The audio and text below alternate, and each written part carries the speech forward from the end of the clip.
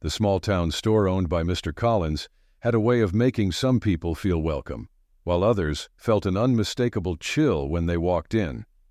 People knew him as a man with a particular way of treating his customers. Those he considered respectable were greeted with a warm smile and friendly words.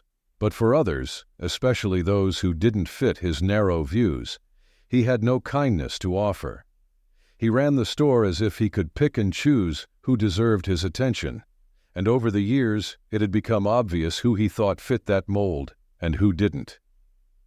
On an otherwise ordinary afternoon, a young black man named David stepped into the store. Dressed neatly, carrying himself with a quiet confidence, David seemed like any other customer who had come by to grab a few essentials. He looked around the place with interest, scanning the shelves thoughtfully, noting where things were. He carried a list, scribbled in his own handwriting, a simple reminder of the things he needed. Mr. Collins, standing by the counter, eyed David with a hardened stare, one that seemed to cast judgment before David had even said a word. David approached the counter with a polite smile, nodding at Mr. Collins as he began to ask where he might find a specific item. But before he could finish his sentence, Mr. Collins turned away, pretending he hadn't heard him. David's smile faded slightly, though he kept his calm. He tried again, his voice steady, but Mr. Collins responded with a dismissive wave of his hand, muttering something under his breath that David couldn't quite catch. It was clear the man wasn't interested in helping him, but David, trying to keep the peace, decided to search the aisles on his own. As he moved through the store, David noticed how Mr. Collins kept a close watch on him, glancing over his shoulder now and then, as if waiting for David to do something wrong. Other customers noticed too, and a few exchanged uneasy glances, sensing the tension in the air. One woman frowned, shaking her head slightly as she picked up her things and left without buying anything.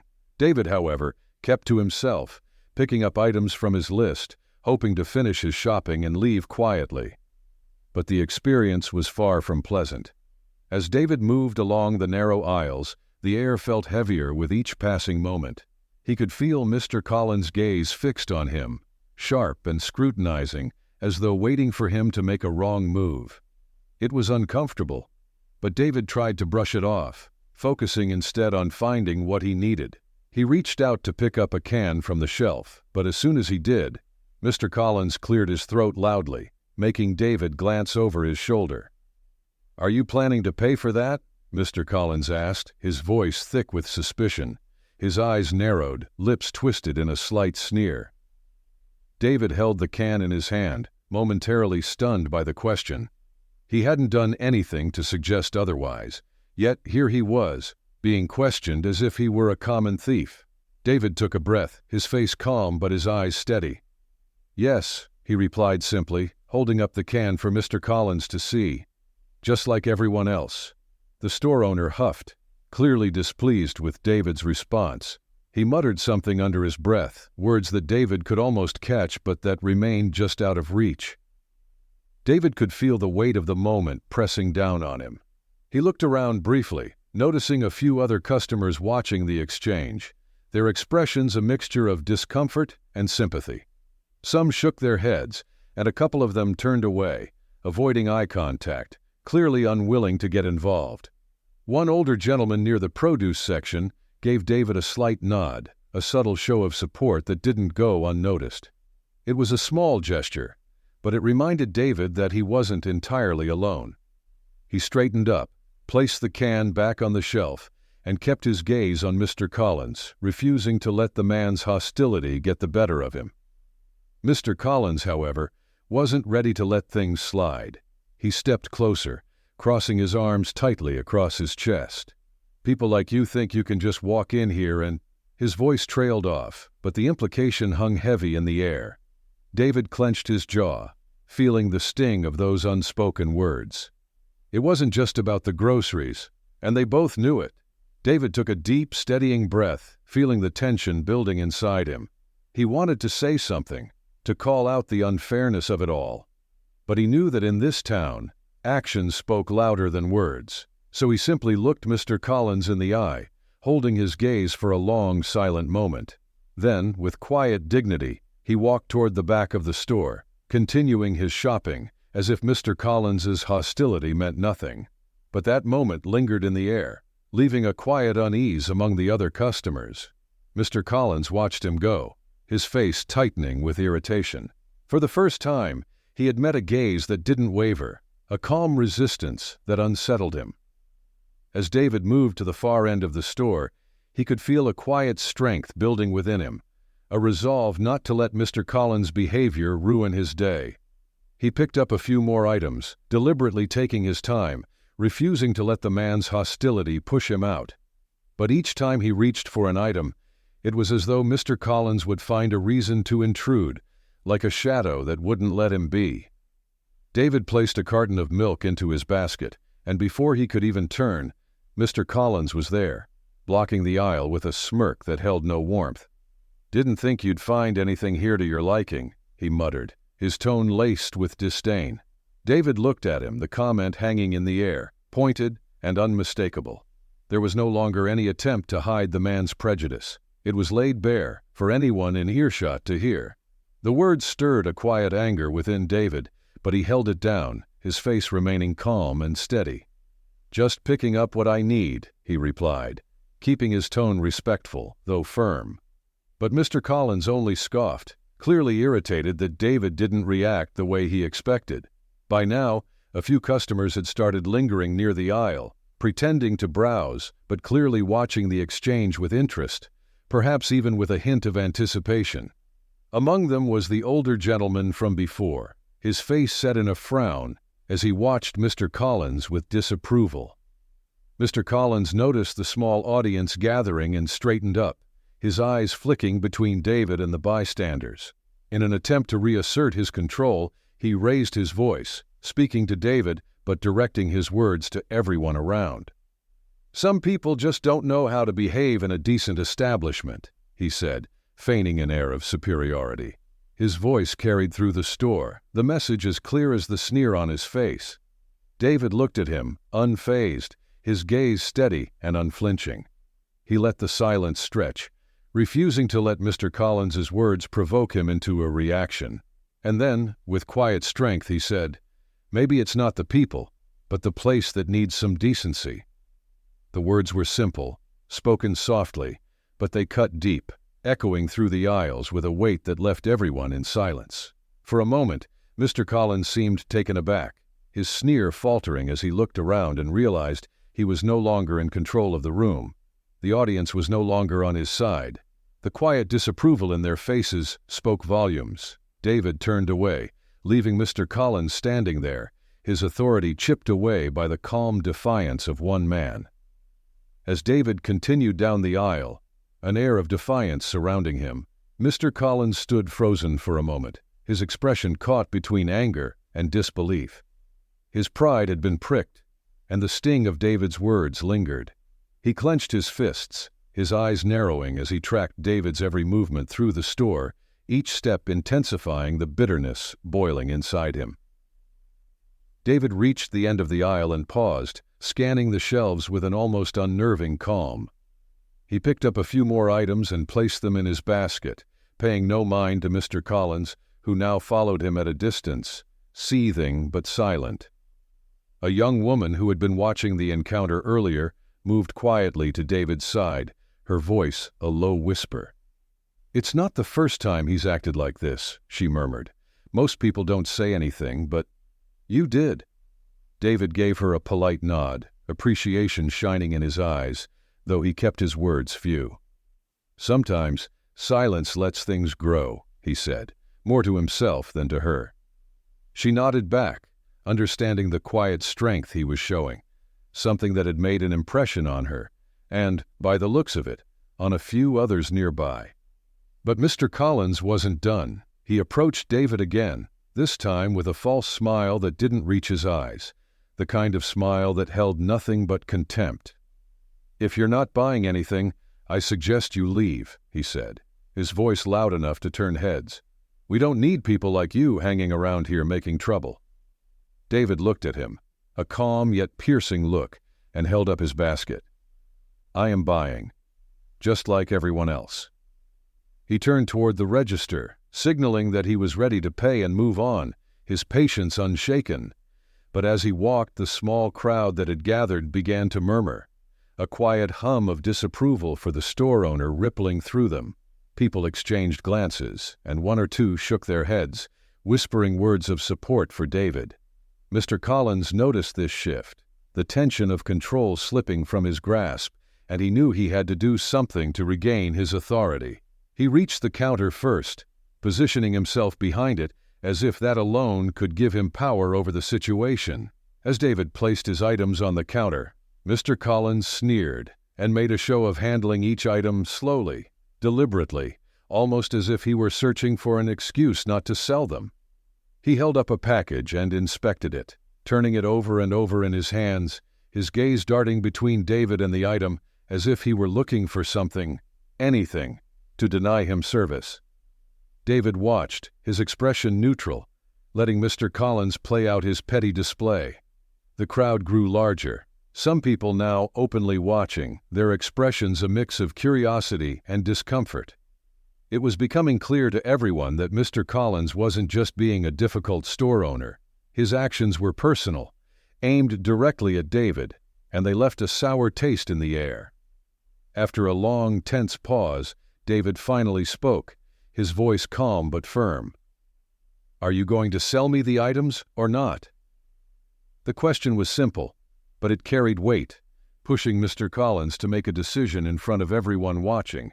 Mr. Collins looked at the growing crowd, sensing their quiet judgment, but he couldn't bring himself to back down. With a final sneer, he shoved David's items to the side and declared, "No, I don't want your business." A hush fell over the crowd. The onlookers exchanged glances, their expressions a blend of shock and disappointment.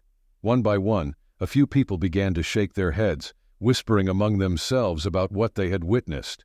For a brief moment, David considered responding. But then he realized something important. He didn't need to say anything at all.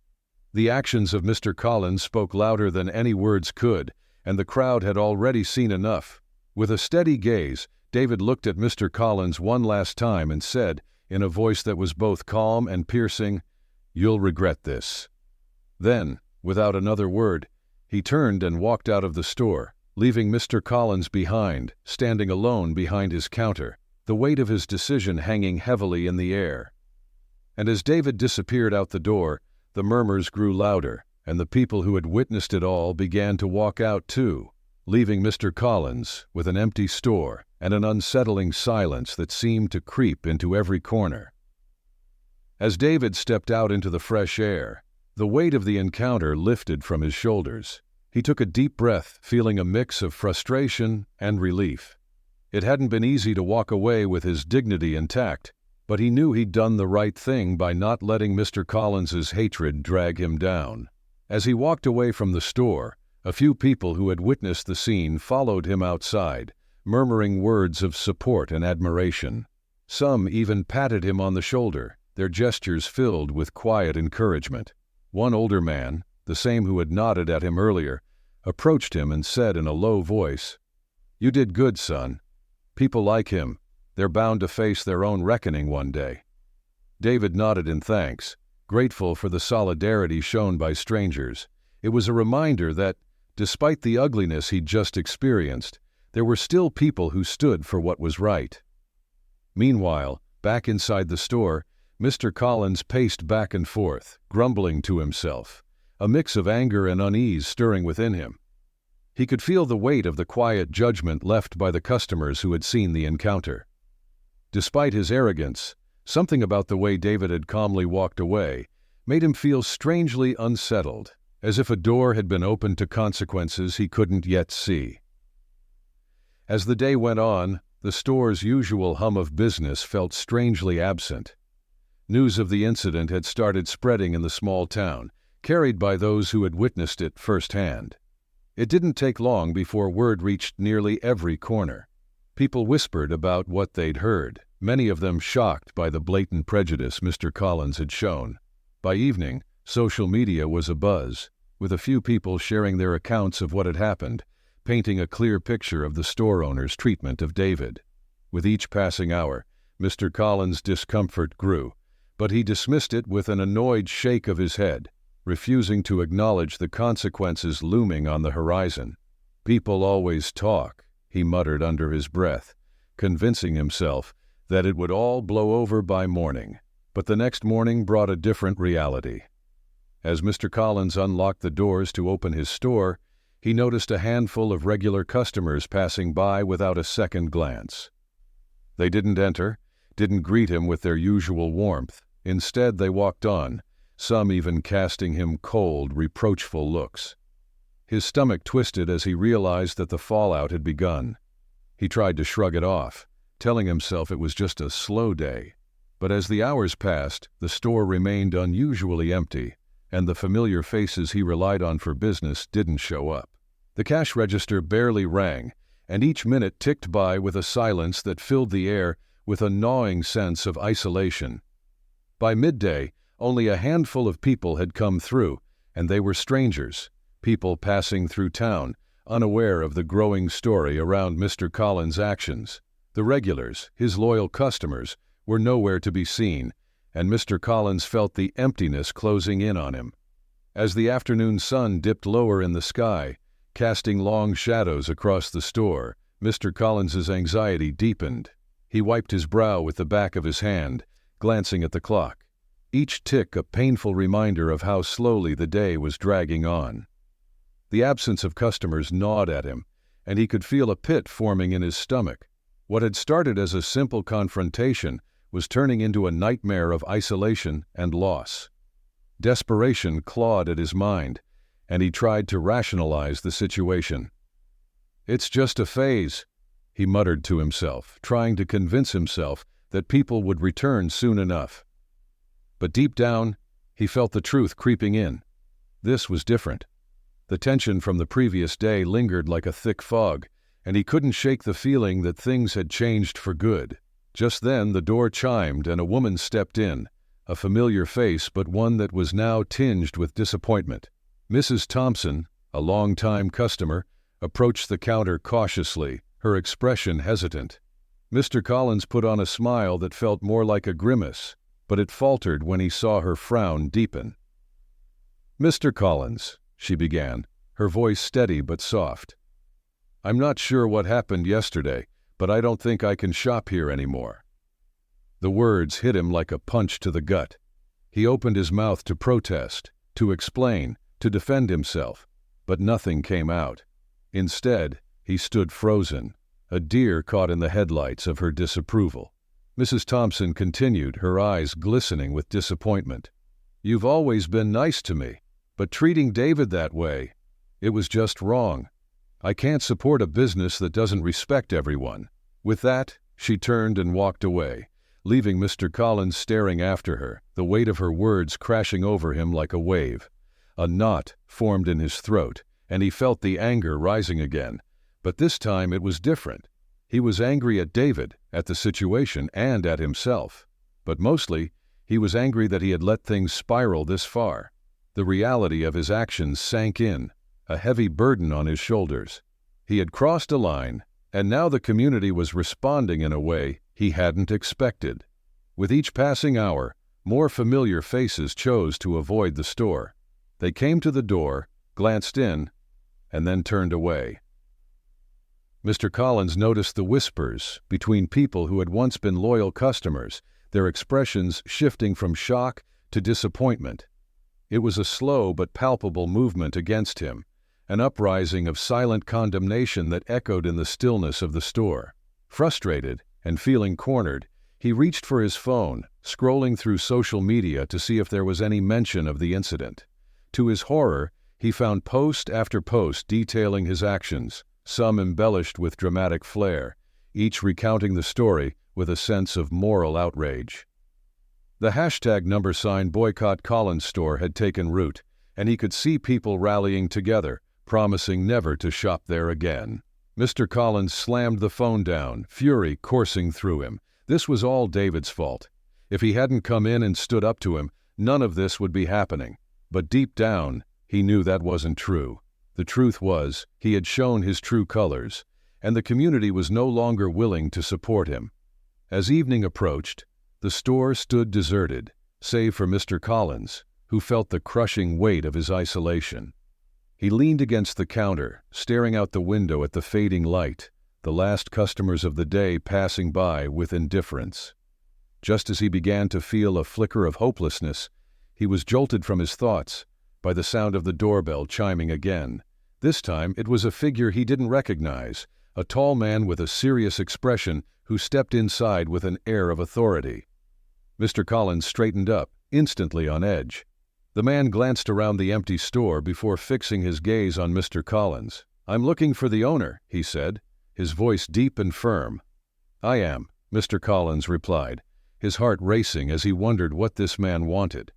The stranger didn't respond immediately, instead taking a step closer, his presence commanding and intimidating.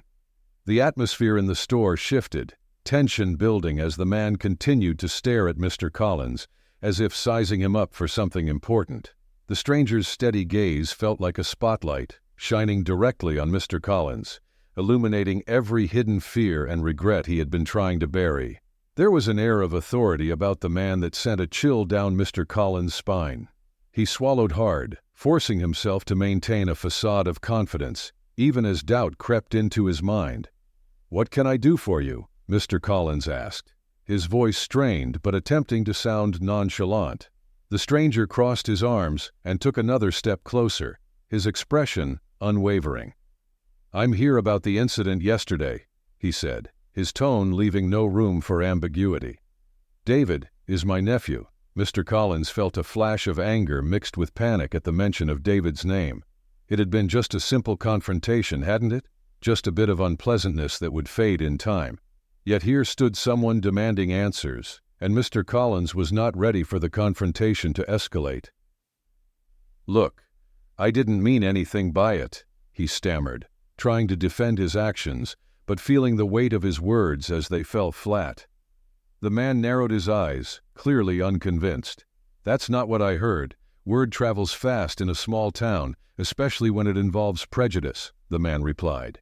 "You think you can treat people like that without consequences? This isn't just about David. It's about respect. It's about how you treat everyone who walks through that door." Mr. Collins's heart raced. He could feel the walls closing in around him, and the emptiness of the store became suffocating. This man wasn't just a relative of David. He represented the collective disappointment of the community, a community that was no longer willing to tolerate Mr. Collins's behavior. "Listen, I'm a businessman," Mr. Collins blurted out, desperation creeping into his voice. "I can't afford to lose customers over this. People misunderstand. It was just a mistake. I'll make it right." The stranger shook his head, disappointment etched on his face. "You think you can just apologize your way out of this? This is about more than just you. David is a good man, and he deserves better. You have an opportunity here to be better, or you can continue down this path and lose everything." Mr. Collins felt a wave of anger wash over him at the man's words. How dare he come into his store and lecture him? But beneath that anger lay a deeper fear, the fear of losing everything he had built, the fear that he was already losing it. "People will forget," he insisted, grasping for any glimmer of hope. "They'll move on. It's just a phase." "Maybe," the man replied, his voice cool and calm. "But think about what happens when the next person walks in.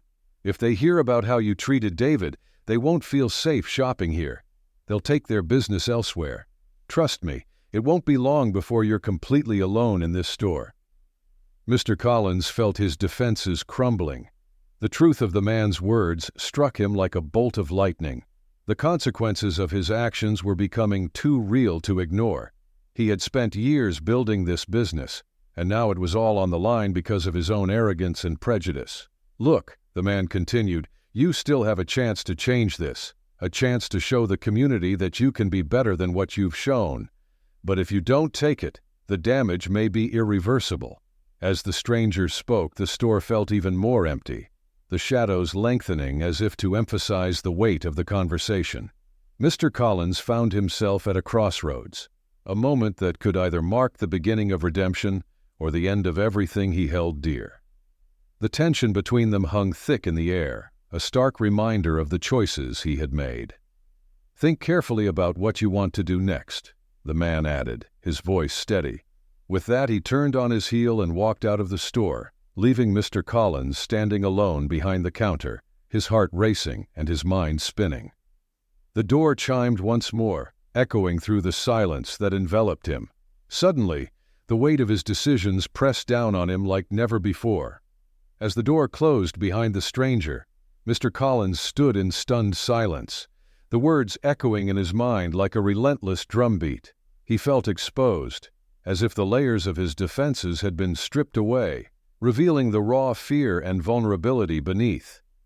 The reality of his situation washed over him, and for the first time, he was forced to confront the consequences of his actions head-on. He looked around the empty store, the shelves lining the walls casting long shadows in the fading light. The quiet that enveloped him felt oppressive, a stark contrast to the bustling environment he had once taken for granted. What if he really lost everything? The thought was unsettling, a pit in his stomach that threatened to consume him. He had always prided himself on being a successful businessman, and now, with every passing hour of emptiness, that success felt like it was slipping through his fingers. He grabbed his phone from the counter, scrolling through social media again, desperation clawing at him. The posts were unrelenting. They painted him as a villain and David as a martyr. Each comment was a reminder of his mistakes, and he could feel his anger rising once more. How could people turn against him so quickly? He had served this community for years. But the reality was staring him in the face. His reputation was in shambles, and no amount of anger would change that. In a fit of frustration, he slammed his phone down on the counter, the noise echoing through the empty space. He paced back and forth, his mind racing, trying to formulate a plan to salvage his reputation. But deep down, he knew that a mere apology wouldn't be enough. He needed to prove to everyone that he could change, that he could be better. Just then, the door chimed again, and Mr. Collins looked up, half expecting another confrontation.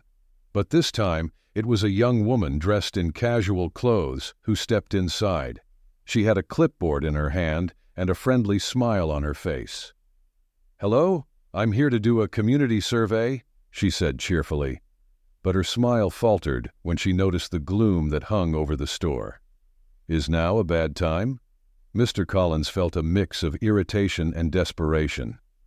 "Not really," he replied, forcing a smile that felt more like a grimace. "What do you need?" "I'm gathering opinions about local businesses to help promote community engagement," she explained, looking at him expectantly. "Would you mind answering a few questions?" He hesitated, wondering if this was really the best time for a survey, but he nodded slowly, realizing that maybe this was an opportunity, a way to engage, to hear what people thought, and perhaps even to begin mending the rift he had created. "Sure, I can help with that."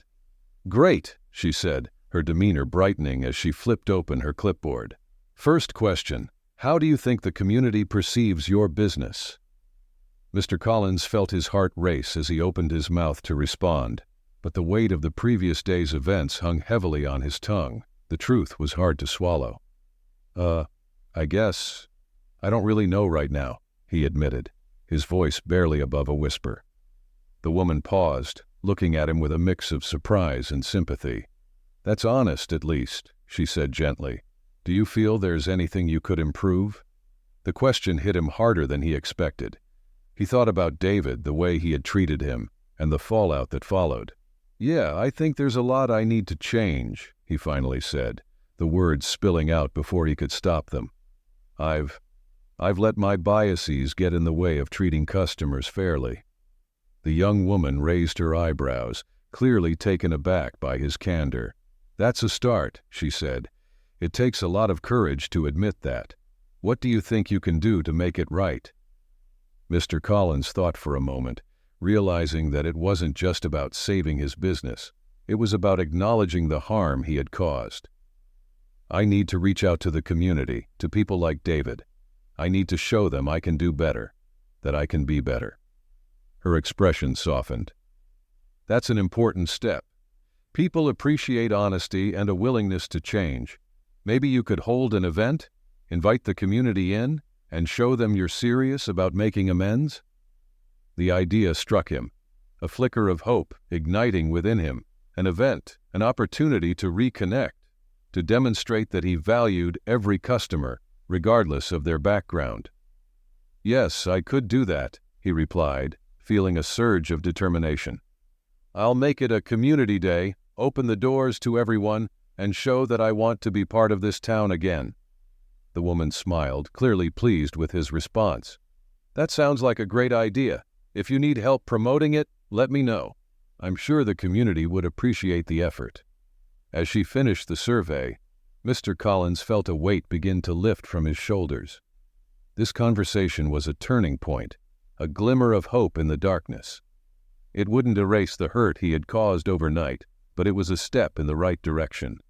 The shadows in the store seemed less foreboding now, and he felt a new sense of purpose beginning to take root. Maybe, just maybe, he could turn this around. As the young woman wrapped up her survey, Mr. Collins felt a renewed sense of determination growing within him. After she left, he stood behind the counter for a moment, deep in thought. The idea of hosting a community day felt like a lifeline, an opportunity to not only salvage his business, but to also reconnect with the people he had pushed away. He knew it wouldn't be easy, but for the first time in days, he felt the spark of hope igniting a path forward. He grabbed a notepad from beneath the counter and began jotting down ideas. He envisioned a day filled with activities, games for the kids, free samples of products from the store, perhaps even inviting local vendors to set up booths. It was a chance to foster community spirit and show that he was genuinely committed to making amends. But as he wrote, a nagging thought crept into his mind.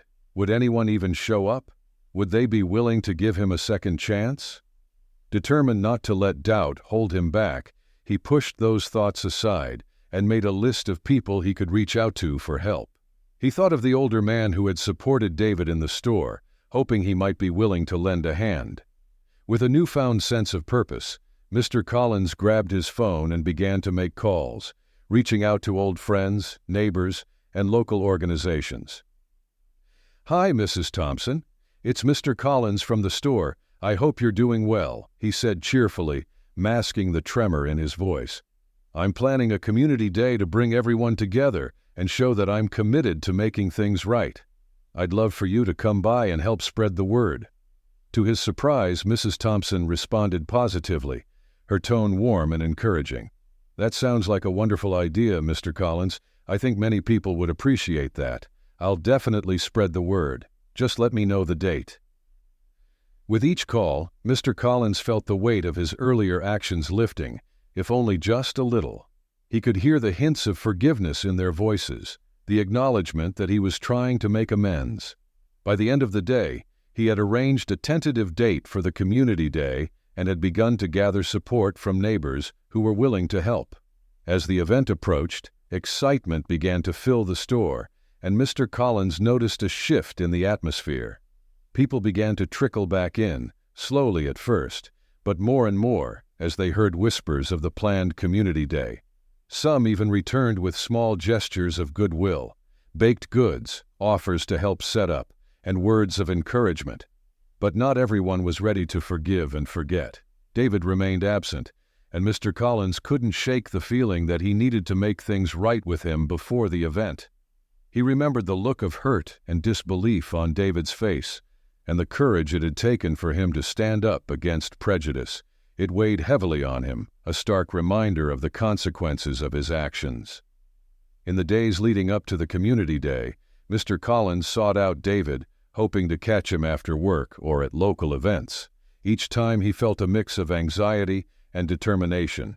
He practiced what he would say, hoping to express his regret and the desire to make amends. But every time he spotted David, the words seemed to vanish from his mind. Finally, on the eve of the event, Mr. Collins decided to take a different approach. He gathered a few items from the store, some snacks and drinks, and set off to find David, determined to speak to him face to face. After some inquiries, he learned that David often volunteered at a local community center. When Mr. Collins arrived, he felt a wave of nervousness wash over him. He walked inside, scanning the room until he spotted David talking to a group of kids. He looked so at ease, so natural, and the sight filled Mr. Collins with admiration. But it also reminded him of how wrong he had been. Summoning every ounce of courage, he approached David, his heart pounding. "David," he began, his voice shaky but sincere. David turned, surprise flashing across his face as he recognized Mr. Collins. "Can we talk for a minute?" The tension in the air was palpable, and for a moment David hesitated. Mr. Collins could see the walls go up in David's expression, and it pained him to know that he had built them. But David nodded, gesturing to a quieter corner of the room. "I've come to apologize," Mr. Collins said, his voice steadying as they stood alone. "What I said and how I treated you was wrong. I let my biases cloud my judgment, and I see that now." David's expression remained guarded, but there was a glimmer of curiosity in his eyes. "Why now?" he asked, his tone cautious. "What changed?" Mr. Collins took a deep breath, knowing this was his chance to convey the sincerity of his words. "I realize that my actions have consequences. I'm hosting a community day at my store to show that I'm committed to making things right, and I want you to be there. I want you to see that I'm trying to change." There was a long pause as David considered Mr. Collins' words. Finally, he nodded slowly. "I'll think about it," he said, his tone softer but still measured. It was a small concession, but it felt like a victory to Mr. Collins. As they parted ways, Mr. Collins felt a sense of relief wash over him. The conversation hadn't gone perfectly, but it was a start. David's willingness to even consider attending the event was a small step toward healing, both for him and for Mr. Collins. With renewed determination, he returned to the store, ready to finalize preparations for the community day. The next day would be pivotal, and he hoped it would mark the beginning of a new chapter, not just for his business, but for himself as well. The day of the community event arrived, bright and sunny, casting a warm glow over the small town. Mr. Collins stood outside his store, nerves buzzing in his stomach as he set up tables and decorations. Banners were hung, announcing Community Day, Together We Rise. He had put a lot of effort into making the place welcoming, hoping to show the town that he was serious about change. As the morning progressed, people began to trickle in, some with smiles and friendly greetings, while others entered with guarded expressions. Mr. Collins made an effort to greet each person warmly, apologizing when necessary, trying to make amends for the tension he had caused in the past. The chatter grew, a mix of laughter and conversation filling the air, but he could feel an undercurrent of skepticism still lingering. He spotted a few familiar faces from the neighborhood. Mrs. Thompson, who had been supportive, was helping with snacks, while the older man from the store stood by, chatting with others. But despite the positive energy, Mr. Collins noticed David's absence, a shadow looming in the back of his mind. He had hoped that David would come, but as the minutes passed, he began to fear that he might not show. With the sun climbing higher, Mr. Collins decided it was time to address the crowd. He stepped up to the makeshift podium he had set up in front of the store. Clearing his throat, he called for attention. "Thank you all for coming today." His voice, though slightly shaky, carried a note of sincerity. "I know that many of you are here because you want to support our community. I truly appreciate it." He glanced around at the faces looking back at him, some still skeptical, others encouraging. "I also want to take this moment to address something important. I made a mistake, and I want to acknowledge the hurt I've caused. My actions were wrong, and I'm committed to making things right." There was a murmur in the crowd, and Mr. Collins pressed on, feeling the weight of their attention. "I've decided to make some changes in how I run this store and how I treat everyone who walks through these doors. I want to hear your voices, your stories. I want to build a store that reflects the community we all love." As he spoke, Mr. Collins noticed a few people nodding, while others exchanged glances, still unsure. He knew he couldn't expect forgiveness overnight, but he had to take this step. "Today is not just about my store, it's about all of us coming together. Let's celebrate our community and our diversity." Just as he was about to wrap up his speech, he spotted a familiar figure at the edge of the crowd. David stood there, hesitating, his arms crossed, an expression unreadable. Mr. Collins felt a surge of hope at the sight, and he gestured toward him. "I see David is here. I want to extend a special invitation to him, not just as a customer, but as part of our community." David's gaze met Mr. Collins, and for a moment, time seemed to stand still. The crowd turned to look at him, and the air felt thick with anticipation. Mr. Collins took a deep breath, hoping this moment could bridge the gap between them. "David, I'd be honored if you would join me up here." The crowd fell silent, watching closely as David approached. He walked slowly, his expression cautious but curious. Mr. Collins felt his heart race, unsure of how David would respond. When he reached the front, Mr. Collins extended his hand, offering not just an invitation, but a gesture of goodwill. "I want to show you and everyone else that I'm serious about changing, and that starts with recognizing the voices that have been overlooked," Mr. Collins said earnestly. "You've shown tremendous courage, and I want to learn from you." David hesitated, the weight of the moment palpable. After a tense pause, he reached out and shook Mr. Collins' hand, an unspoken agreement passing between them. The crowd erupted into applause, a mix of surprise and relief rippling through the gathering. Mr. Collins felt a warmth spread through him as David stepped up to the podium beside him. "I appreciate you inviting me here," David said, his voice steady. "I believe that every person deserves to be treated with respect. Today is a step forward, and I hope we can work together to foster understanding in this community." The crowd cheered, and for the first time, Mr. Collins felt a genuine connection forming, not just with David, but with everyone present. It was a moment of unity, a step towards healing the wounds that had been inflicted. As the event continued, people mingled and shared stories, laughter filling the air. Mr. Collins watched as David engaged with others, and he felt a growing sense of hope. The day unfolded with games, food, and laughter, and for each smile exchanged, Mr. Collins felt more and more like he was being welcomed back into the community. By the end of the day, as the sun began to set, painting the sky in shades of orange and pink, Mr. Collins felt a renewed sense of purpose. He had a long way to go, but today had marked the beginning of a transformation. And as he stood among the people he had once alienated, he realized that perhaps he could be a part of this community after all, a place where everyone could feel valued and respected. As the last of the guests departed, David approached him once more. "You did good today," he said, a hint of a smile breaking through. "This could be the start of something great," Mr. Collins nodded, feeling a weight lift from his shoulders. "Thank you, David. I'm ready to listen and learn. Let's make sure this isn't just a one-time thing."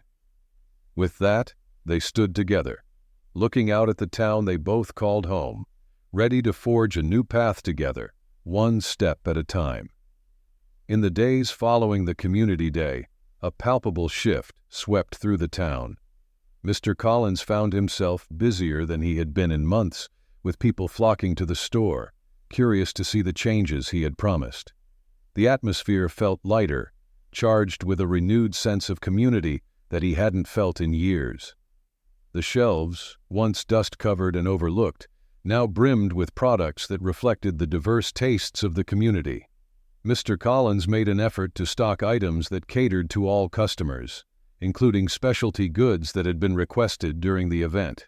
Each new product felt like a small step towards inclusivity, and he took pride in the visible changes. Word of the Community Day had spread beyond the town, leading to an influx of new customers, some from neighboring areas who had heard about Mr. Collins's transformation. He welcomed them all, determined to show that he was serious about creating a positive environment. Each transaction felt significant, a reaffirmation that he was on the right path. Despite the growing success, Mr. Collins couldn't shake the feeling that he needed to reach out to David again. Their handshake at the event had marked a new beginning, but he wanted to ensure that David felt valued and included in the ongoing changes at the store. He knew that their relationship was still fragile, and he wanted to nurture it. After a week of bustling activity, Mr. Collins decided it was time to invite David to the store for a casual meeting, perhaps to discuss how they could collaborate on future community initiatives. He picked up the phone and dialed the community center, hoping to catch David there. "Hello, this is Mr. Collins," he said when David answered, his heart racing slightly. "I was wondering if we could meet up sometime soon. I'd love to hear your thoughts on how we can continue to work together to foster community spirit." David paused before responding, and Mr. Collins felt a momentary pang of anxiety. "Sure, Mr. Collins. I'd be happy to meet," David finally replied, his voice warm but cautious. "How about this Saturday?" "Perfect. I'll have some snacks ready at the store," Mr. Collins said, relieved and eager to move forward. When Saturday arrived, Mr. Collins set up a small table in the corner of the store, laying out a spread of snacks and drinks. He felt a mixture of excitement and nerves as he prepared for David's arrival, wanting everything to be just right. This meeting wasn't just about discussing the store. It was about building a relationship based on mutual respect and understanding. As the clock approached the designated time, the bell above the door jingled, and David stepped inside. He looked around, taking in the changes with a careful eye. Mr. Collins stood, greeting him with a genuine smile. "Hey, David. Thanks for coming." "Thanks for inviting me," David replied, a hint of curiosity in his expression as he approached the table. "I've seen the improvements since the community day. It's nice to see things changing." "Thank you," Mr. Collins said, gesturing for David to sit. "I want to make sure this store reflects the community and the values we all share.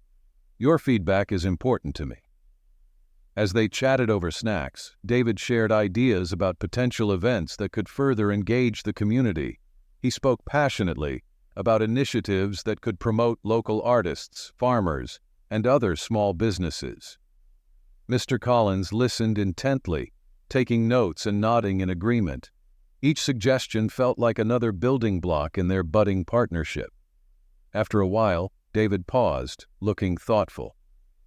"I appreciate what you're doing, Mr. Collins. But it's not just about the store. It's about creating a space where everyone feels welcome. I know it'll take time for people to fully trust you again, but I believe you're on the right path." Mr. Collins felt a wave of gratitude wash over him. "I understand that. I want to earn that trust, and I'm committed to being transparent with the community. I know I have a long way to go, but I truly want to make a difference." The conversation flowed naturally, and they discussed everything from future community projects to ways to enhance the shopping experience for everyone. Mr. Collins felt a growing sense of camaraderie with David, a bond forged through shared experiences and the willingness to learn from past mistakes. As the meeting came to a close, Mr. Collins felt a sense of optimism he hadn't experienced in years. "Thank you for your insight, David. This means a lot to me," he said sincerely. "Let's keep the lines of communication open." David smiled, his expression softening. "Absolutely. I think we can make a real impact together." After David left, Mr. Collins cleaned up the table, his heart light with hope. He was beginning to see the potential for real change, not just in his store, but within himself and the community as a whole. He understood that redemption wasn't just a single event, it was a journey, and he was ready to embrace it. Over the following weeks, their collaboration blossomed. They organized community events, promoting local talent and fostering relationships among neighbors. Slowly but surely, the store transformed into a hub of activity, filled with laughter and conversation. People began to trust Mr. Collins again, recognizing the genuine effort he was putting into building a more inclusive space. Each day, as he welcomed customers into the store, he felt a deeper connection to them, a shared commitment to growth and understanding. Yet amidst the newfound joy, a shadow lurked in the background. As Mr. Collins navigated his journey of redemption, he couldn't shake the feeling that someone was watching, waiting for him to falter. Unbeknownst to him, the whispers of discontent were still alive, and the fallout from his past actions was far from over. As the weeks rolled on, the town's atmosphere continued to shift toward the positive. The store had become a bustling hub, with community events drawing in a diverse crowd. Mr. Collins felt invigorated by the changes, his days filled with laughter and camaraderie. However, the feeling of being watched never fully dissipated. It nagged at him, a constant whisper at the back of his mind. One afternoon, while rearranging some merchandise, Mr. Collins noticed a man loitering outside the store. He was tall, dressed in dark clothing, and had an air of unease about him. The man's gaze was fixed on the entrance, his expression hidden beneath the brim of a baseball cap. Mr. Collins felt a chill run down his spine. He'd seen that look before, the kind of scrutiny that felt predatory.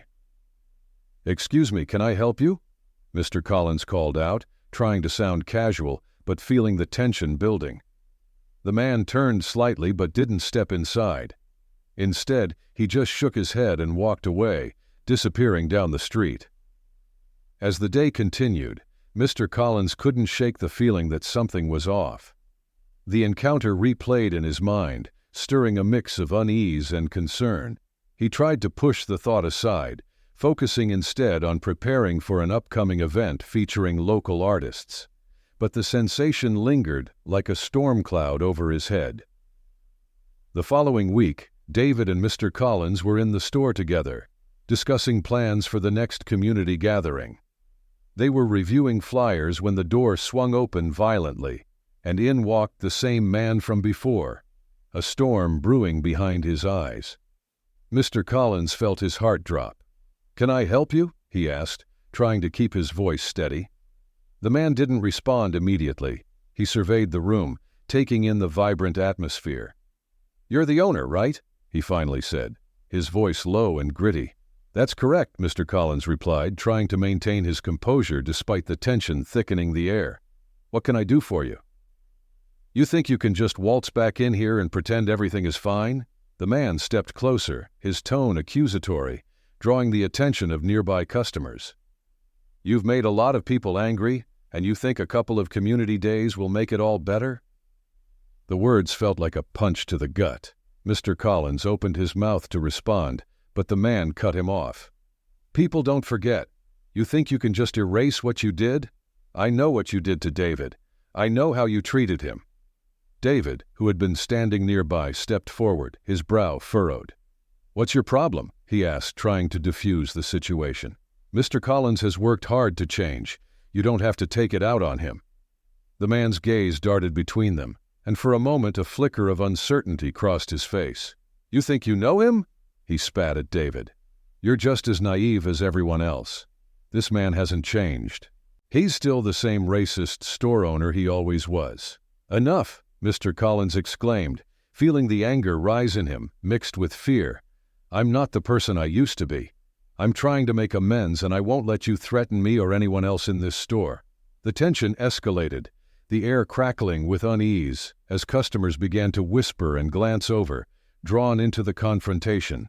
Mr. Collins felt vulnerable, standing in front of this man who was exposing the very fears he had worked so hard to overcome. "Amends?" The man laughed bitterly. "You think people will forgive you that easily? You'll see. Your past will catch up to you. It always does." With that, the man turned and stormed out of the store, leaving behind an unsettling silence. Mr. Collins stood frozen for a moment, the weight of the man's words hanging heavy in the air. David stepped closer, concern etched on his face. "Are you okay?" he asked softly. I don't know," Mr. Collins admitted, feeling shaken. "I thought I was making progress, but it feels like my past is lurking around every corner." David nodded, understanding the fear that lurked behind Mr. Collins' bravado. "You can't let him get to you. You've worked too hard to let one person derail you." Mr. Collins took a deep breath, trying to regain his composure. "You're right. I can't let this one encounter undo everything I've built. I need to stay focused on what matters." But as he went about the rest of his day, he couldn't shake the ominous feeling that this man would return, perhaps even with others by his side. That night, as he locked up the store, he glanced around, feeling an unsettling sense of vulnerability. Over the next few days, Mr. Collins remained vigilant, wary of any signs of trouble. He increased security measures in the store, installing cameras and ensuring the doors were locked tight each evening. Yet despite his precautions, he felt a gnawing anxiety that he couldn't shake. Then, one evening, as he prepared to leave, he received a call from David. "Hey, I just wanted to check in. I heard about the confrontation the other day. Are you holding up okay?" David's voice was warm, but there was a note of concern beneath it. "I'm fine," Mr. Collins replied, forcing a smile into the phone. "Just a little shaken, but I'm not going to let it stop me. I appreciate you reaching out." "Listen," David said, his voice lowering. "I've been thinking. Maybe we need to address this head on. If there are people who still believe you haven't changed, we can't let them continue to spread negativity. We need to show them that the store is a safe place for everyone." Mr. Collins felt a surge of gratitude at David's willingness to stand by him. "You're right. Perhaps we should hold another event, one specifically addressing community unity and healing." "Exactly," David agreed. "Let's show them that we're stronger together, and that we're committed to making this community a place where everyone feels welcome." With a renewed sense of purpose, Mr. Collins felt a glimmer of hope. They began brainstorming ideas for the upcoming event, excited to engage the community once more. Yet, deep down, Mr. Collins couldn't shake the feeling that the man from before was still lurking in the shadows, ready to strike when they least expected it. As the days rolled into the week leading up to the next community event, Mr. Collins and David worked tirelessly to prepare. They wanted this event to be a clear message to the town that the store was a safe space for everyone, and that they would not shy away from confronting the prejudice that had once overshadowed their community. Posters advertising the event went up around town, each adorned with vibrant colors and messages of unity and acceptance. Mr. Collins felt a sense of pride as he watched the community respond, old faces returning to the store, eager to support the changes. But the unsettling presence of the man who had confronted him still loomed in the back of his mind. On the day of the event, the sun shone brightly, casting a golden hue over the gathering outside the store. Tables were set up, showcasing local artists and their work, while others offered information on community resources aimed at fostering inclusivity. Music played in the background, filling the air with a lively energy that put Mr. Collins and David at ease. As the crowd began to gather, Mr. Collins took a moment to step back and observe. People of all backgrounds mingled, laughter and chatter creating a harmonious atmosphere. He felt a deep sense of gratitude wash over him. This was what he had envisioned, a community coming together to celebrate their shared humanity. Just as he was about to join David, who was engaging with some guests, he caught sight of a familiar figure lurking at the edge of the crowd. It was the man from before, his expression unreadable as he stood back, watching. Mr. Collins felt his stomach drop, and anxiety coiled tightly around his chest. "David," he called, his voice low but urgent. David turned, noticing the tension in Mr. Collins's stance. "Look over there." Mr. Collins gestured subtly toward the man. "He's back." David followed Mr. Collins's gaze, frowning at the sight. "Stay focused," he advised, his voice steady. "We can't let him ruin what we've built here today." As the event progressed, Mr. Collins tried to keep his composure, engaging with the community, and sharing his vision for a more inclusive store. But the man's presence was like a shadow, lurking just out of sight, and Mr. Collins felt a growing unease. Then, as they were setting up for a community discussion, the man strode into the center of the gathering, his demeanor confrontational. The crowd quieted, eyes shifting between him and Mr. Collins. "You think this is going to change anything?" the man called out, his voice loud and brash. "You think pretending to be nice will erase your past? You'll always be a racist, no matter how many events you throw." A murmur rippled through the crowd, tension escalating. David stepped forward, his expression firm. "We're here to promote unity and understanding, not to engage in division. Everyone deserves a chance to be heard and to grow from their mistakes." But the man wasn't deterred. "You're just enabling him," he shot back, pointing at Mr. Collins. "You're part of the problem, David. You're supporting someone who hurt others, and you don't even see it." Mr. Collins took a deep breath, feeling the weight of the accusation press down on him. "I understand you're upset," he said, his voice calm but firm. "But I'm here today to show that I am committed to making changes. I want to listen and learn. Not just for myself, but for the community. Everyone deserves that chance." The man sneered, crossing his arms. "A chance? You think that's enough? What about the people who have left because of you? They don't just disappear. You can't fix this with a few smiles and some balloons." The crowd shifted, some people looking uncomfortable, others angry at the man's outburst. Mr. Collins felt the atmosphere thicken, a palpable tension hanging in the air. It was a pivotal moment, and he knew he needed to respond carefully. "Change isn't easy, and I'm not asking for blind forgiveness," he continued, his voice steady. "What I'm asking for is a dialogue. We need to confront these issues together, openly. I've made mistakes, and I'm willing to own them." Just then, David stepped forward again, his presence commanding. "This isn't just about Mr. Collins, it's about all of us. We all have biases we need to confront. We can't move forward if we're stuck in the past. We have to choose to grow together." The crowd began to murmur in agreement, some nodding, while others whispered among themselves, reassessing the situation. The man, however, stood defiant, his anger still simmering beneath the surface. "You really think this is enough?" he challenged, his voice low. "I'll be watching. The past has a way of creeping back, and you won't always have someone to defend you." With that, he turned and walked away, leaving behind a charged silence. The atmosphere shifted again. The crowd left buzzing with uncertainty, but Mr. Collins stood firm, his heart racing. He felt as if they had weathered a storm together, a united front against the hostility that had threatened to derail their efforts. David stepped beside Mr. Collins, his expression resolute. "Don't let him get to you. Today is about celebrating progress, not letting fear dictate our actions." Mr. Collins nodded, taking a deep breath to steady himself. "You're right. We can't let fear overshadow the good we're doing here." The crowd slowly began to regain its energy, conversations starting to pick up again as people moved past the confrontation. Mr. Collins took a moment to gather his thoughts, understanding that they would need to address this tension, not just today, but in the ongoing work they would do together. As the event continued, Mr. Collins found himself more determined than ever to foster an environment of inclusivity and understanding. He knew that there would be challenges ahead, but with David and the community at his side, he felt hopeful that they could navigate the storm together. With renewed resolve, he stepped back into the fray, engaging with community members, sharing ideas, and reinforcing the message that they were all in this together, no matter the obstacles that lay ahead. The road to redemption was long, but he was ready to face it head on. The event wrapped up later that day with a mix of emotions.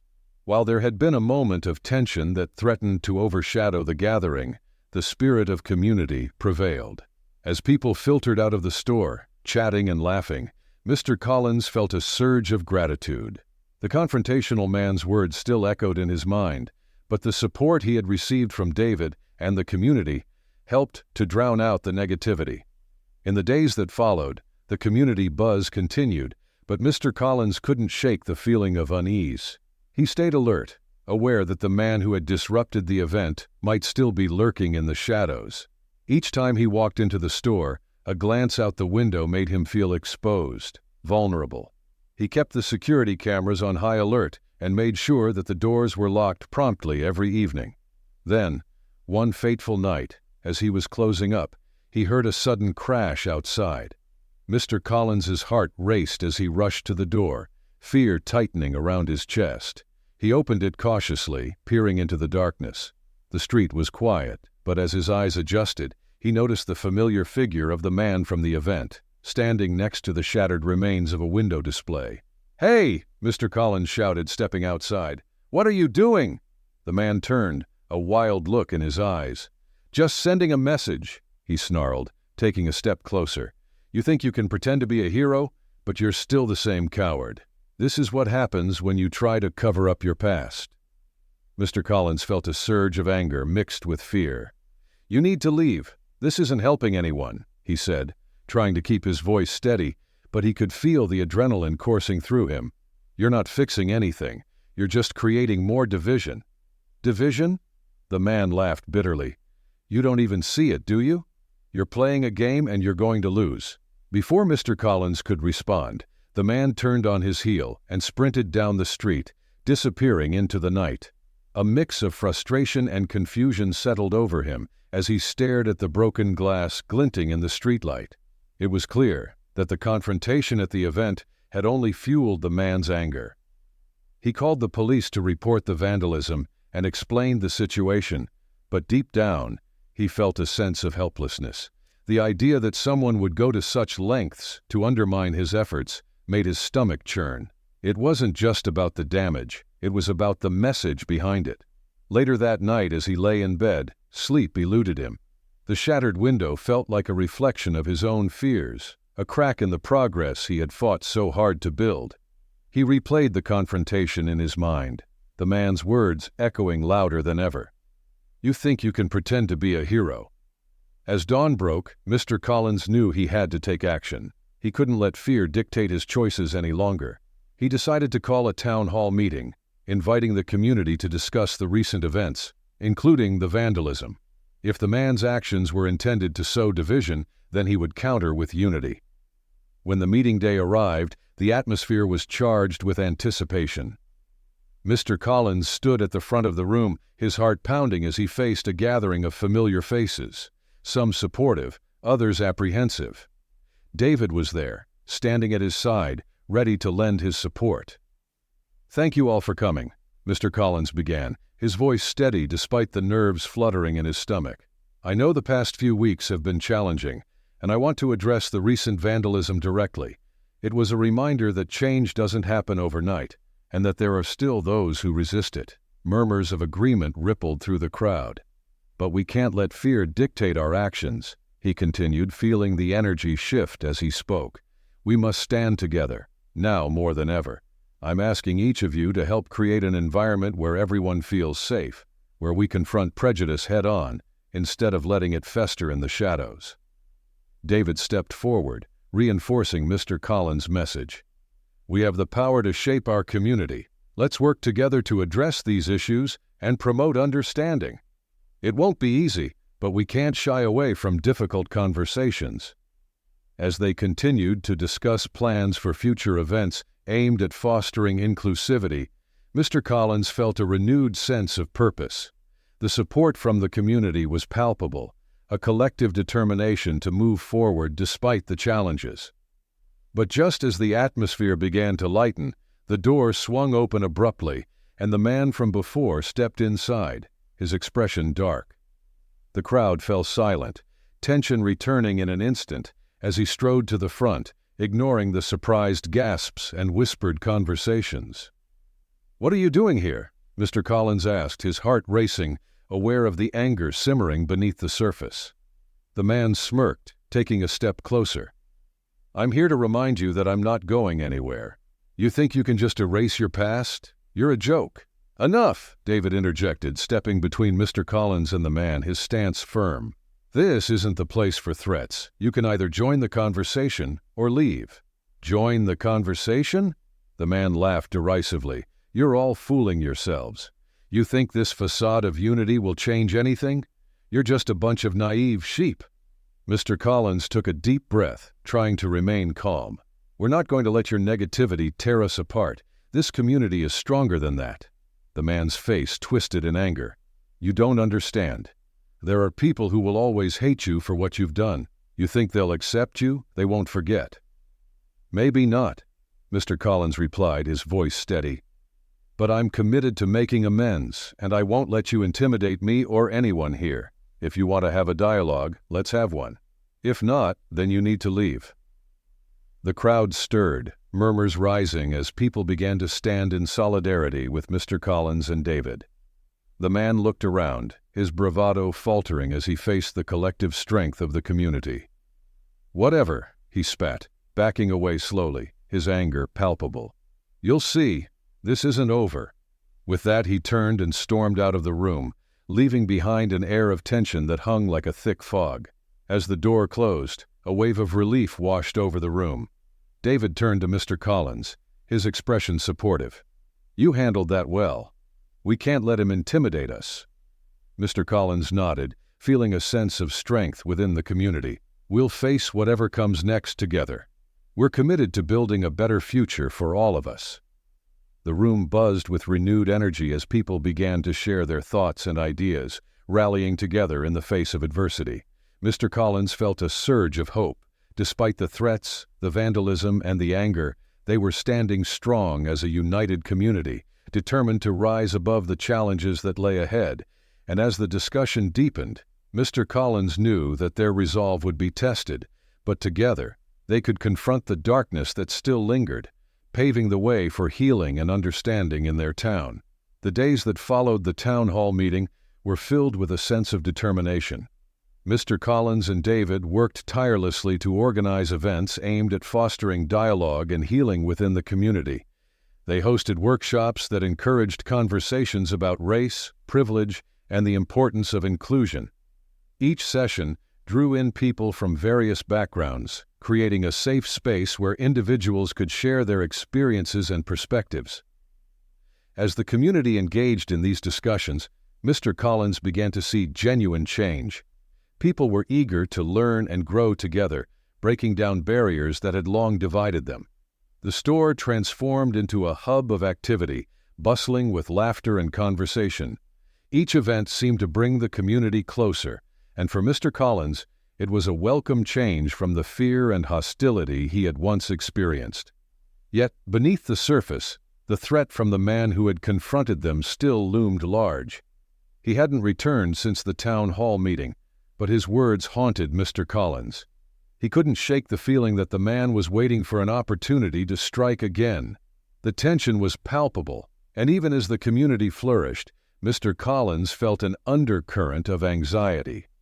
One evening, as the sun dipped below the horizon and the store prepared to close, Mr. Collins received a call from David. "Hey, can we meet up? I think we need to talk about something important," he said, his tone serious. "Of course. What's going on?" Mr. Collins replied, a knot tightening in his stomach. "I've been hearing whispers around town. Some people are still really unhappy with what's been happening, and I think we might need to be prepared for more backlash," David explained. "I want to make sure we're ready to address any concerns or confrontations that may arise." "Yeah, I sense that too," Mr. Collins admitted, rubbing the back of his neck. "I want to keep the momentum going with these positive changes, but it's hard to ignore the potential for conflict." "I agree," David said. "I think we should consider bringing in some local leaders to help facilitate the next workshop. Their voices could lend credibility to what we're trying to do, and it might help ease some of the tensions." Mr. Collins felt a wave of relief wash over him. "That's a great idea. I'll start reaching out to people in the community who can help." As they brainstormed potential leaders to invite, Mr. Collins's mind raced with possibilities. He wanted to ensure that every voice was heard and that the events truly reflected the community's diversity.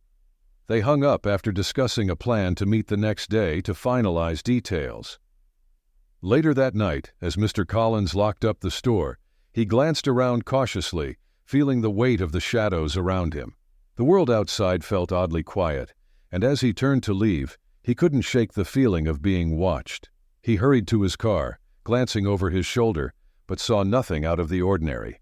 As he drove home, his mind replayed the day's events, the laughter, the conversations, the connection. But that nagging feeling wouldn't let him go.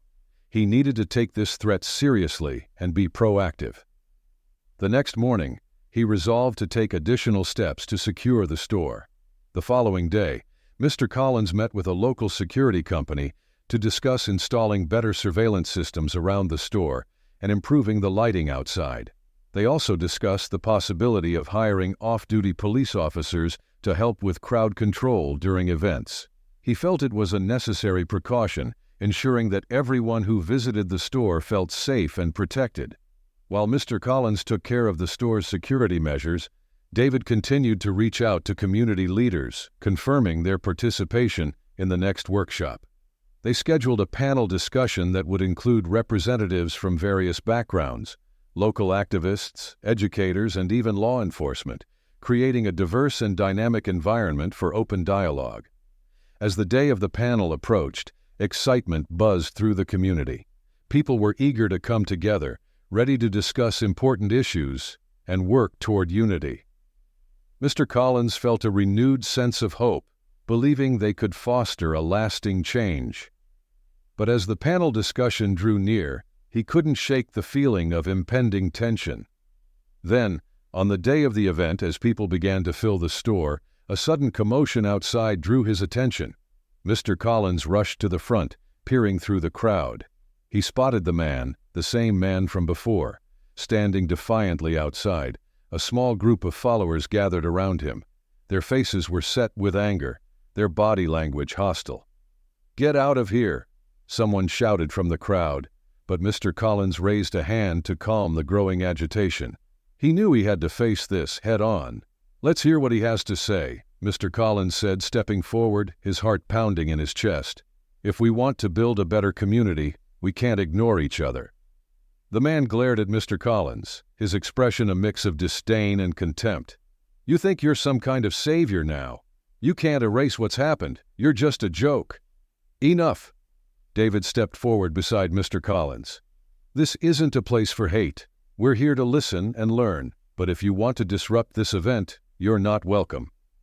The tension in the air was thick, and the crowd began to murmur, unsure of how to react. Mr. Collins took a deep breath, trying to project calmness despite the anxiety swirling within him. "I'm not here to be a savior," he said, raising his voice to address both the man and the crowd. "I'm here to acknowledge my mistakes and to create a space where everyone feels valued. But that means we have to confront the discomfort head-on. We can't hide from these issues." "Confront discomfort?" the man scoffed. "You think that will fix anything? You're just trying to play nice while people like me are fed up." Mr. Collins felt the crowd shifting, unsure of which side to take. He turned to the onlookers, searching their faces for support. "This is our chance to engage in real dialogue. We can't allow anger and hate to drown out our voices. We're all part of this community, and we can work together to move forward." As he spoke, he noticed some people nodding, their expressions shifting from fear to determination. David stepped forward, echoing Mr. Collins' sentiments, encouraging others to share their thoughts and experiences. Slowly, voices began to rise, calling for unity rather than division. With every word shared, the atmosphere began to change. People from the crowd stepped forward, sharing their own stories of prejudice and hurt, but also their hopes for a more inclusive future. Mr. Collins could see the tide turning, a collective decision to choose understanding over anger. The man, however, stood his ground, anger boiling beneath the surface. "You're all delusional," he yelled, frustration radiating from him. "You really think this is going to work? You think he'll change?" But the crowd, emboldened by their shared resolve, began to chant in unison, "Together we rise! Together we rise!" The sound echoed through the air, reverberating off the walls of the store, drowning out the man's voice. The defiance of the community hung heavy in the air, a collective statement of strength and unity. Realizing he was outnumbered, the man took a step back, his expression faltering as he felt the weight of the community's resolve. "This isn't over," he muttered, turning to leave, frustration evident in his retreat. As the man faded into the distance, the crowd erupted into applause, relief and empowerment surging through them. Mr. Collins stood at the front, overwhelmed by the show of solidarity, grateful for the strength of the community he had once taken for granted. In that moment, he knew that they had turned a corner. The journey ahead would still have its challenges, but together, they had shown that they could face them head-on, ready to confront the past and build a future defined by respect and unity. In the aftermath of the confrontation, the atmosphere inside the store was electric with energy. The community's united stance against the man who had threatened to disrupt their progress filled Mr. Collins with hope. As conversations blossomed among attendees, he sensed a shift in the air, a newfound determination to push forward together, regardless of the obstacles that lay ahead. David moved through the crowd, engaging with individuals and thanking them for their support. Mr. Collins joined him, feeling a deep appreciation for the resilience that surrounded them. The shared experience of confronting adversity had strengthened their bond, and the connections being forged among attendees were palpable.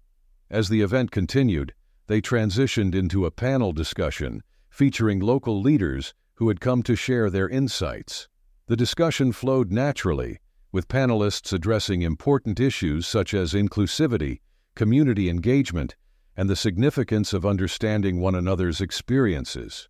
Mr. Collins felt invigorated as he listened to the dialogue unfold, each voice adding a layer of depth to the conversation. Halfway through the discussion, a woman raised her hand, her expression serious. "What do we do if someone doesn't want to engage with us?" she asked. "How do we reach those who are still resistant to change?" Mr. Collins nodded, acknowledging the gravity of her question. "It's crucial that we remain open to dialogue, even when it's difficult. We have to be willing to listen to their fears and concerns without judgment. Sometimes it takes time for people to come around. Our job is to create a space where they feel safe enough to engage." David added, "We can also share our own stories. People connect through personal experiences. When they see that we're all human and we all make mistakes, it can break down those barriers." The discussion continued, addressing various challenges, strategies, and the importance of community support. As the event wound down, Mr. Collins felt a surge of gratitude for everyone who had participated. The evening had not only been a success, it had been a celebration of the community's strength. As people began to filter out, Mr. Collins and David stood by the door, thanking everyone for attending. Just as he thought the tension had dissipated, he caught sight of the man again, lingering at the edge of the crowd. His face was set in a grimace, and Mr. Collins felt a wave of unease wash over him. "Stay close," he whispered to David, who nodded, his eyes trained on the man. The man moved closer, his anger still palpable. "You think you've won, don't you?" he spat, his voice low but filled with venom. "This is just the beginning. You're building a house of cards, and it's going to fall." Mr. Collins took a step forward, his heart racing. "This community is stronger than you think. We won't let fear or hatred tear us apart. We've chosen to stand together." "Together?" the man scoffed. "You're all delusional. You think a few talks and feel-good moments will change the world? You'll see, I'm not done yet." With that, he turned and walked away, his figure disappearing into the night. The tension in the air hung thick, but Mr. Collins stood firm, refusing to let fear overshadow the progress they had made. "Are you okay?" David asked quietly, concern etched on his face. "I will be," Mr. Collins replied, taking a deep breath. We can't let his words derail what we're building. We're on the right path, and I refuse to let him undermine our progress. Over the next few days, Mr. Collins remained vigilant, ensuring the store was secure while continuing to foster community events. He decided to implement a weekly discussion group, inviting anyone who wanted to share their experiences or engage in dialogue about inclusivity and understanding. Each meeting was met with enthusiasm, and the support from the community helped to ease Mr. Collins's anxiety. But just as things began to settle into a rhythm, a new challenge emerged. During one of the discussion groups, a young woman named Sarah brought up a concern that had been troubling her. "I feel like we're doing great work here, but what about the voices that aren't represented? There are people in our community who are still silent, who might not feel comfortable speaking up." The room fell quiet as everyone pondered her words. Mr. Collins felt a rush of understanding. "You're right, Sarah. It's vital that we continue to create space for those who may feel marginalized. We need to reach out to them, to invite them into this conversation." David nodded in agreement. "Perhaps we could partner with local organizations that work with underrepresented groups. We can amplify their voices and ensure they're included in these discussions." As the group brainstormed ideas, Mr. Collins felt a renewed sense of purpose. This was about more than just his store. It was about creating a community where everyone felt welcome and heard. The discussions had opened the door to deeper connections, but now it was time to take those connections further. After the meeting, Mr. Collins and David began reaching out to local organizations that focused on supporting marginalized voices. They scheduled meetings to discuss potential collaborations, eager to incorporate diverse perspectives into their ongoing dialogue. As they worked to expand their efforts, Mr. Collins began to feel a sense of hope blossoming. The community was transforming, and people were stepping up to contribute their voices and experiences. Yet, he couldn't shake the feeling that the man who had threatened them might still be lurking in the shadows, waiting for the right moment to strike. Then, just as they were preparing for their next event, a shocking development rocked the community. Mr. Collins received a phone call from a local news outlet. "Mr. Collins, we've heard reports that the man who confronted you has been spreading false information about your store and the community events. He's claiming that you're still harboring prejudiced views and that this is all just a front." Mr. Collins felt his heart sink. "What do you mean?" he asked, disbelief flooding through him. "They're saying you're trying to cover up your past by pretending to be inclusive. This could undermine everything you've worked for," the reporter explained, urgency lacing her voice. Mr. Collins shared the news with David, their expressions mirroring each other's shock. "We can't let this happen," David said, frustration evident in his voice. "We need to respond, to set the record straight." "I agree," Mr. Collins replied, determination igniting within him.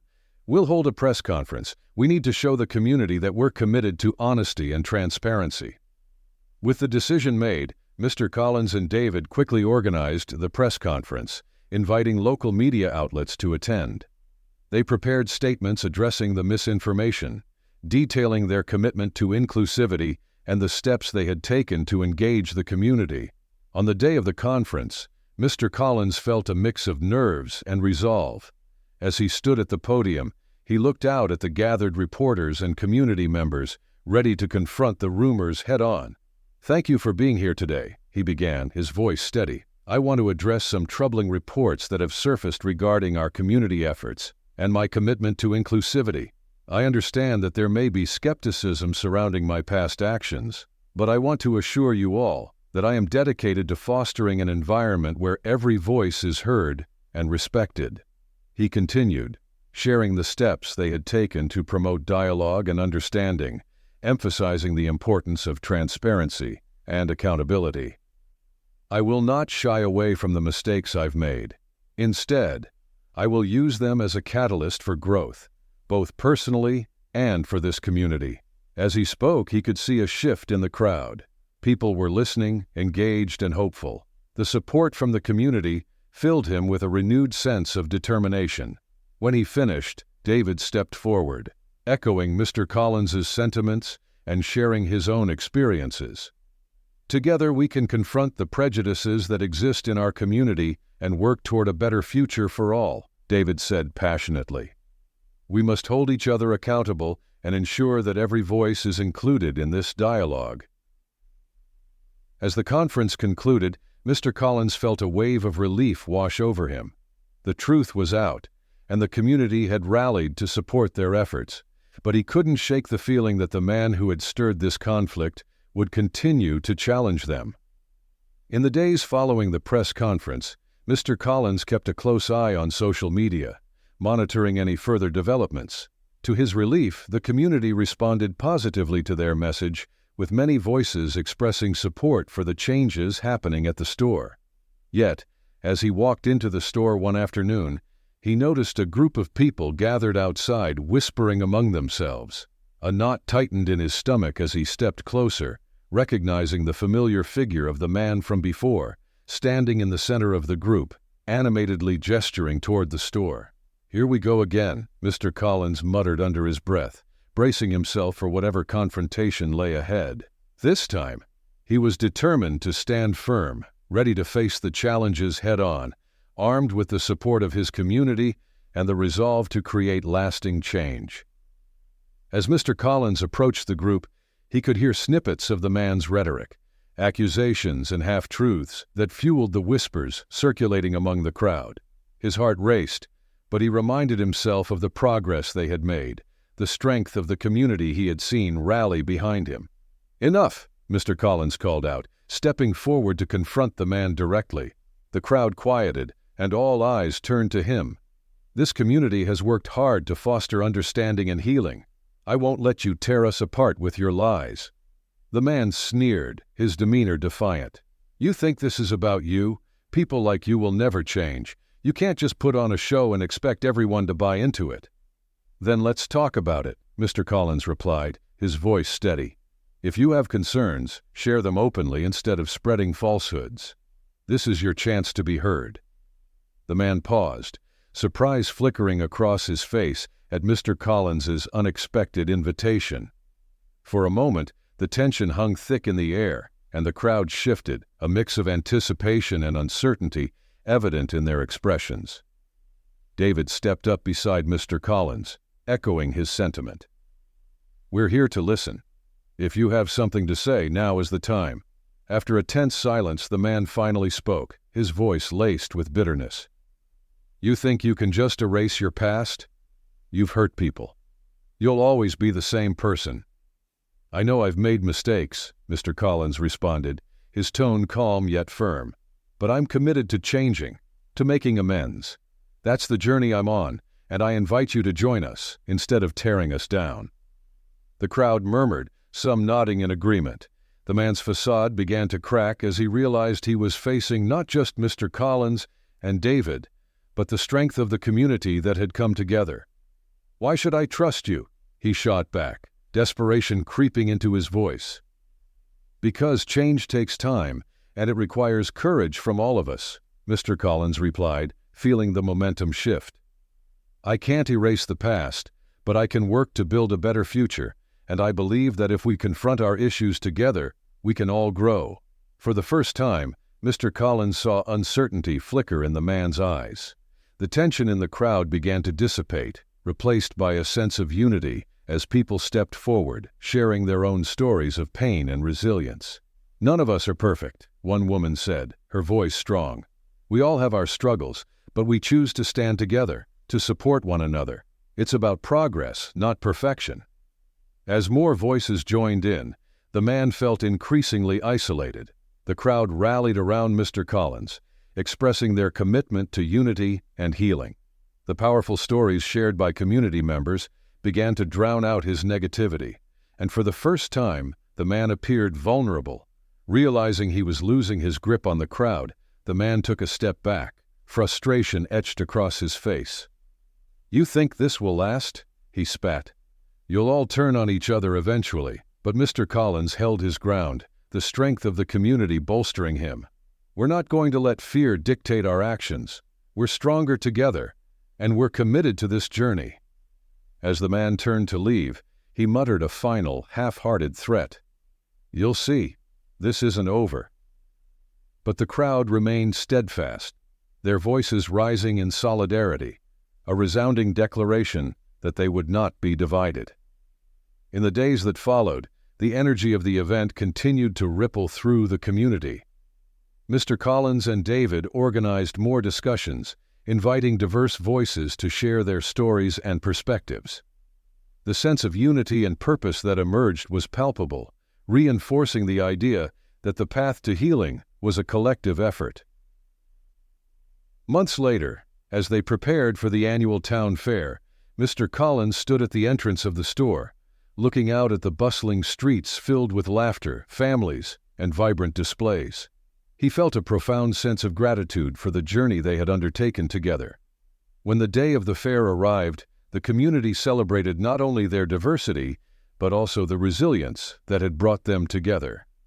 Mr. Collins and David welcomed everyone, each interaction reinforcing the bonds they had built. As the sun set, painting the sky in warm hues, Mr. Collins looked around at the joyful faces gathered in the community.